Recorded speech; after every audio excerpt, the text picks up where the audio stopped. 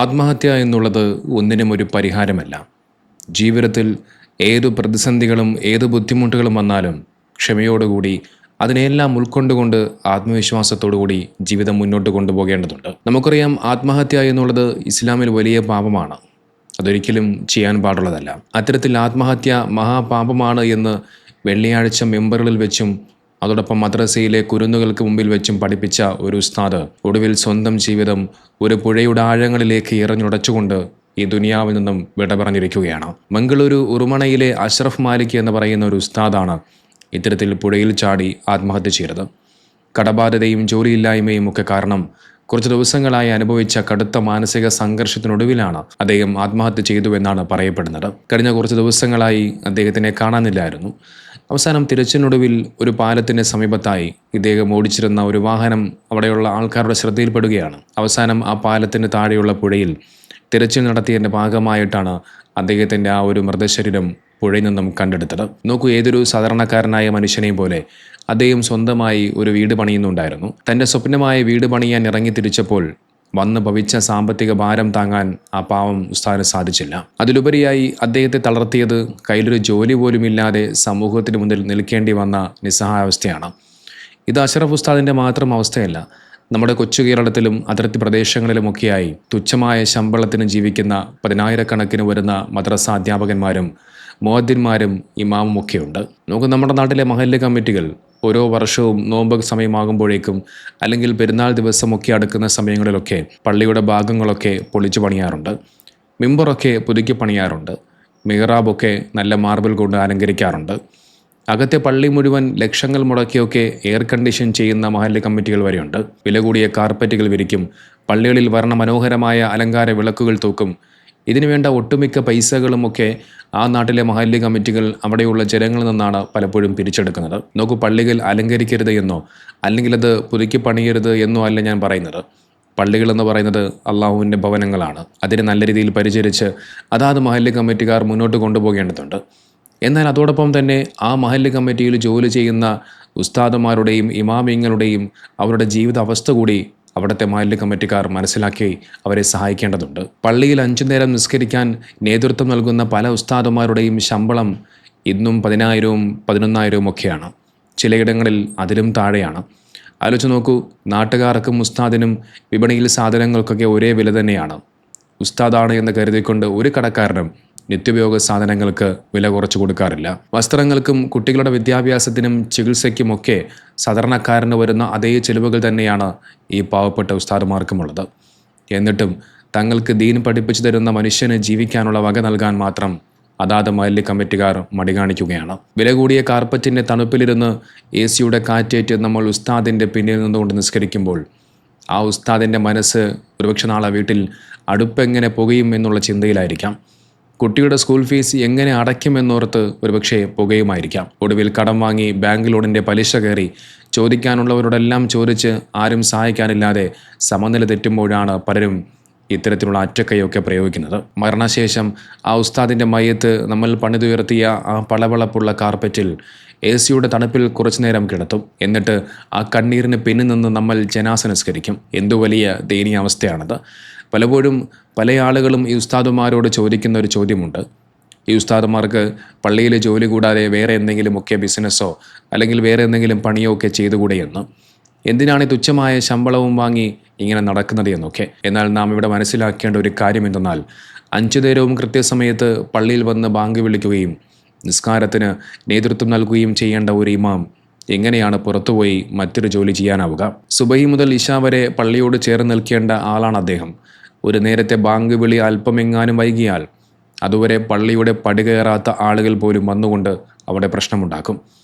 ഉസ്താദിൻ്റെ കൃത്യനിഷ്ഠയെ ചോദ്യം ചെയ്യും. ചില ഉസ്താദന്മാരൊക്കെ തങ്ങളുടെ മദ്രസയിലെ ജോലിയോടൊപ്പം തന്നെ അവരുടേതായ കച്ചവടങ്ങളും ബിസിനസ്സൊക്കെ ചെയ്ത് ജീവിക്കുന്ന ഉസ്താദന്മാരൊക്കെയുണ്ട്. പക്ഷേ അത് എല്ലാവരെയും കൊണ്ട് സാധിക്കണമെന്നില്ല. അതിനുള്ള സാഹചര്യം ഉണ്ടാകണമെന്നില്ല. ഇപ്പോൾ രാവിലെയും വൈകുന്നേരവുമാണ് മദ്രസയിൽ ഉസ്താദുമാർ പഠിപ്പിക്കുന്നത്. അത് കഴിഞ്ഞാൽ പിന്നെയുള്ള ബാക്കി സമയം അതിനനുസരിച്ചുള്ള ജോലി കിട്ടുക എന്നുള്ളത് പ്രയാസമുള്ളൊരു കാര്യമാണ്. അപ്പോൾ ഇതാണ് ഉസ്താദന്മാരുടെ അവസ്ഥ എന്ന് പറയുന്നത്. നമുക്കറിയാം, ഇന്ന് 40,000-ഉം 50,000-ഉം ഒക്കെ ശമ്പളം വാങ്ങുന്ന ഒരു വ്യക്തിക്ക് പോലും അനുദിനം ആവശ്യ സാധനങ്ങൾക്ക് വില വർദ്ധിച്ചുകൊണ്ടിരിക്കുന്ന ഇന്നത്തെ ഒരു സാഹചര്യത്തിൽ ജീവിക്കുക എന്നുള്ളത് തന്നെ വലിയ പ്രയാസമുള്ളൊരു കാര്യമാണ്. അത്തരമൊരു സാഹചര്യത്തിൽ 10,000-വും 11,000-വും ശമ്പളം വാങ്ങുന്ന ഒരു ഉസ്താദിന് എങ്ങനെയാണ് തൻ്റെ ജീവിതം മുന്നോട്ട് കൊണ്ടുപോകാൻ കഴിയുക? അദ്ദേഹത്തിനും ആഗ്രഹങ്ങളുണ്ടാകും. സ്വന്തമായ ഒരു വീട് നിർമ്മിക്കാനുള്ള ആഗ്രഹം, തങ്ങളുടെ മക്കളെ പഠിപ്പിച്ച് വളർത്തി വലുതാക്കി അവർക്ക് നല്ല ഉന്നത വിദ്യാഭ്യാസം കൊടുക്കണമെന്നുള്ള ആഗ്രഹം. അവരും നമ്മെപ്പോലെ ഒരുപാട് ആഗ്രഹങ്ങളുള്ള മനുഷ്യരാണ്. ഒരു യഥാർത്ഥ സംഭവം ഞാൻ പറയാം. ഒരു നാട്ടിൽ ഒരു ഉസ്താദ് ഉണ്ടായിരുന്നു. അദ്ദേഹത്തിന് തുച്ഛമായ ശമ്പളം കൊണ്ട് കുടുംബം പുലർത്താൻ കഴിയാതെ വന്ന സമയത്ത് അദ്ദേഹം മദ്രസ കുട്ടികൾക്ക് ആവശ്യമായ പേനയും പെൻസിലും പുസ്തകങ്ങളും ഒക്കെ വിൽക്കുന്ന ഒരു ചെറിയ കട തുടങ്ങി. പള്ളിയിലെയും മദ്രസയിലെയും സമയം കഴിഞ്ഞ് ബാക്കി കിട്ടുന്ന ഒഴിവ് സമയത്താണ് അദ്ദേഹം ആ കടയിൽ പോയിരിക്കുന്നതും നിസ്കാര സമയമാകുമ്പോൾ കൃത്യമായി പള്ളിയിലേക്ക് തിരിച്ചെത്തുന്നതുമൊക്കെ.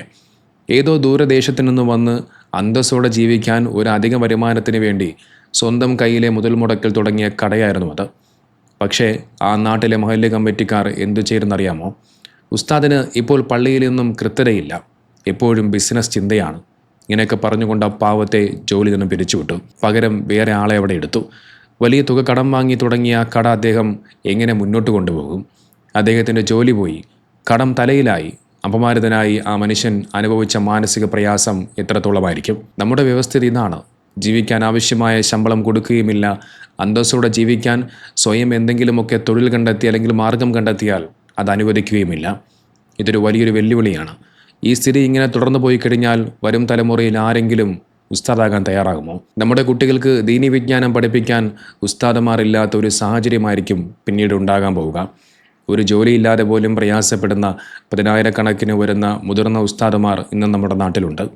അവരുടെ ജീവിതം പൂർണ്ണമായും വഴിമുട്ടി നിൽക്കുകയാണ്. ആത്മഹത്യ ചെയ്യാൻ പാടില്ല എന്ന് ഇസ്ലാം പഠിപ്പിക്കുന്നത് കൊണ്ട് മാത്രം ജീവൻ നിലനിർത്തി പോകുന്ന എത്രയോ പേരുണ്ട്. അവരുടെ കണ്ണീര് കാണാൻ ആരും തയ്യാറാകുന്നില്ല എന്നുള്ളതാണ്. അഷറഫ് ഉസ്താദ് പുഴയിൽ ചാടി മരിക്കുന്നതിന് തൊട്ടുമുമ്പ് അദ്ദേഹം തൻ്റെ കൂട്ടുകാർക്ക് ഒരു വോയിസ് മെസ്സേജ് അയച്ചിരുന്നു. ബാങ്കിൽ നിന്ന് ലോൺ എടുത്ത കാശ് മുഴുവൻ പലിശയിലേക്ക് പോയെന്നും അടച്ചു തീർക്കാൻ ഒരു വഴിയുമില്ലെന്നും അദ്ദേഹം അതിൽ വിഷമത്തോടു കൂടി പറഞ്ഞു വെക്കുന്നുണ്ട്.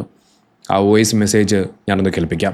നോക്കാം എന്തായിട്ട് ലോണ്ടത് നിങ്ങൾ ലോൺ കിട്ടിയിട്ടുണ്ടല്ലേ, അങ്ങനെ പോയിട്ട് നോക്കുമ്പോഴത്തേക്ക് അതിൻ്റെ ഡേറ്റിൽ 6,83,000 രൂപ 83,418 ನಾನು ಬೆರ್ತಿ ಇങ്ങനെ കേട്ടെ എത്ര ശമ്പളം കേൾക്കുന്നുണ്ടല്ലോ ഉസ്താദുമാരുടെ ശമ്പളം ശമ്പളം. നോക്കി ഇദ്ദേഹം വീടിൻ്റെ പണിയുമായി ബന്ധപ്പെട്ടുകൊണ്ട് ലോൺ എടുക്കുകയും ആ ലോണിൽ അവസാനം പലിശ കൂടുകയും അവസാനം സഹിക്കാൻ കഴിയാതെയാണ് ആ മനുഷ്യൻ മരണപ്പെട്ടു പോകുന്നത്. നമുക്കറിയാം, പലിശ എന്നുള്ളത് ഇസ്ലാമിൽ വളരെയധികം ഹറാമാക്കിയ ഒരു കാര്യമാണ്. അതൊരിക്കലും ചെയ്യാനും പാടുള്ളതല്ല. പക്ഷേ ഇദ്ദേഹത്തിൻ്റെ അവസ്ഥ, അദ്ദേഹത്തിൻ്റെ ശമ്പളം അവസാനം തികയാതെ വരികയും അവസാനം ഒരുപക്ഷെ സഹികെട്ടുകൊണ്ടായിരിക്കാം ആ മനുഷ്യൻ ഇത്തരത്തിൽ ഈ ബാങ്കിൽ നിന്നും ലോൺ എടുത്തിട്ടുണ്ടാവുക. നോക്കൂ, ഈ പാവം മനുഷ്യനെ ആരെങ്കിലും ഒന്ന് സഹായിക്കാൻ ഉണ്ടായിരുന്നെങ്കിൽ ആ മക്കൾക്ക് ഇന്നൊരു ഉപ്പ ഉണ്ടാകുമായിരുന്നു. ആ പാവം ഉസ്താദിൻ്റെ ഭാര്യ വിധവയാകുമായിരുന്നില്ല.